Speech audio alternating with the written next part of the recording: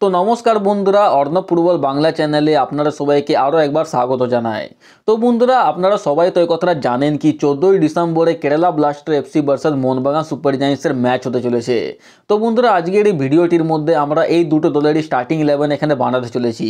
তো সবার থেকে প্রথমে বন্ধুরা, যদি আমরা একটুখানি কেরালা ব্লাস্টার এফসি নিয়ে কথা বলি, তো বন্ধুরা কেরালা ব্লাস্টার এফসি দলটা তো এবারে অনেক বেশি ভালো, কিন্তু বন্ধুরা তাদের ডিফেন্স লাইন আর গোলকিপিং লাইন একদম জঘন্য। সেই জন্যে তারা এবারে অতগুলো ম্যাচ এখানে জিততে পারছে না। আর এরপর যদি আমরা একটুখানি মোহনবাগান সুপার জায়ান্টস নিয়ে কথা বলি, তো বন্ধুরা মোহনবাগান সুপার জায়ান্টস অনেক বেশি ভালো টিম, টপ নম্বরের পজিশনে রয়েছে মোহনবাগান সুপার জায়ান্টস।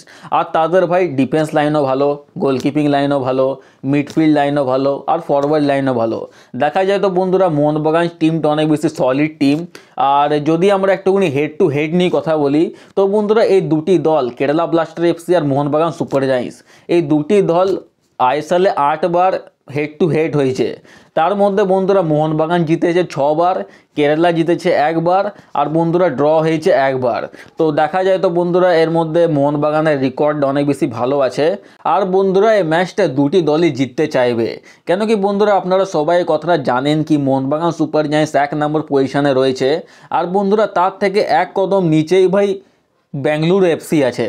আর বন্ধুরা বেঙ্গালুরু এফসি আর মোহনবাগান সুপার জায়ান্টস এই দুটি দলেরই পয়েন্ট ভাই একদম সেম। সেই জন্য বন্ধুরা যদি এই ম্যাচটা মোহনবাগান সুপার জায়ান্টস জিতে যায় না, তাহলে বন্ধুরা Mohun Bagan super giants Bengaluru FC থেকে একটুকুনি আগে এখানে চলে যাবে। সেই জন্য বন্ধুরা মোহনবাগানের জিতাটা অনেক বেশি জরুরি। আর বন্ধুরা মোহনবাগানের লক্ষ্য হচ্ছে ভাই এবারও আইএসএল শিল্ড জিতা আর আইএসএল চ্যাম্পিয়ন হওয়া। আর ওইদিকে যদি আমরা বন্ধুরা একটুকুনি কেরালা ব্লাস্টার এফসি নিয়ে কথা বলি, তো বন্ধুরা কেরালা ব্লাস্টার এফসির পরিস্থিতি তো অনেক বেশি খারাপ রয়েছে, কিন্তু বন্ধুরা কেরালা ব্লাস্টার এফসিও চাইবে কি এবারে ম্যাচটা আমরা জিতি। কেন কি বন্ধুরা ওরাও জানে কি Mohun Bagan super giants one of the best team আইএসএলের। আর বন্ধুরা কেরালা ব্লাস্টার এফসি অনেক বেশি নিচে রয়েছে, তার জন্য তারাও চাইবে কি আমরাও টপ নাম্বার 6 নাহলে টপ নাম্বার 4 পজিশনে যাই এখানে। সো দুটো দলেরই ভাই জিতা অনেক বেশি ইম্পর্টেন্ট।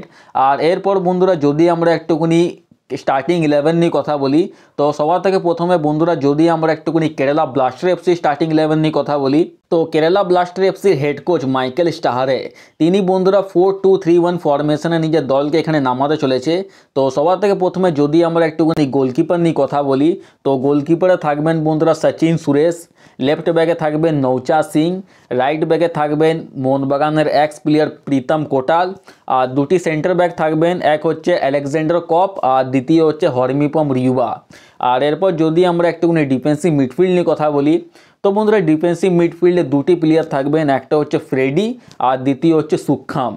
আর এরপর যদি আমরা একটুখানি অ্যাটাকিং লাইন নিয়ে কথা বলি, যেমনি হলো লেফট উইং, তো লেফট উইংয়ে থাকবেন বন্ধুরা নওয়াব আলী সদোই। আর বন্ধুরা নওয়াব আলী সদোয়ের পারফরমেন্স ভাই মোহনবাগানের এগেনস্ট অনেক বেশি ভালো রয়েছে।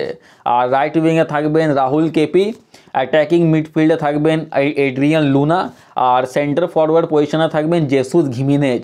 আর জেসুস ঘিমিনেজের পরে বন্ধুরা কোয়ামে পেপারাও আসতে পারে।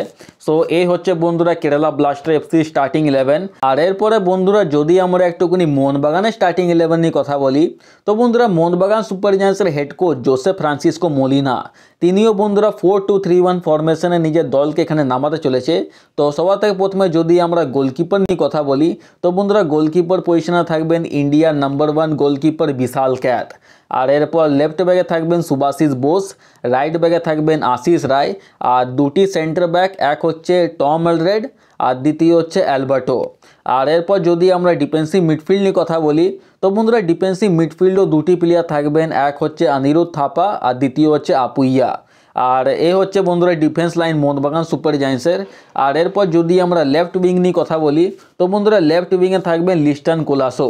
আর বন্ধুরা লিস্টন কোলাসোর পারফরমেন্স তোমরা দেখতেই পাচ্ছ ভাই, আউটস্ট্যান্ডিং পারফরমেন্স দিচ্ছে লিস্টন কোলাসো।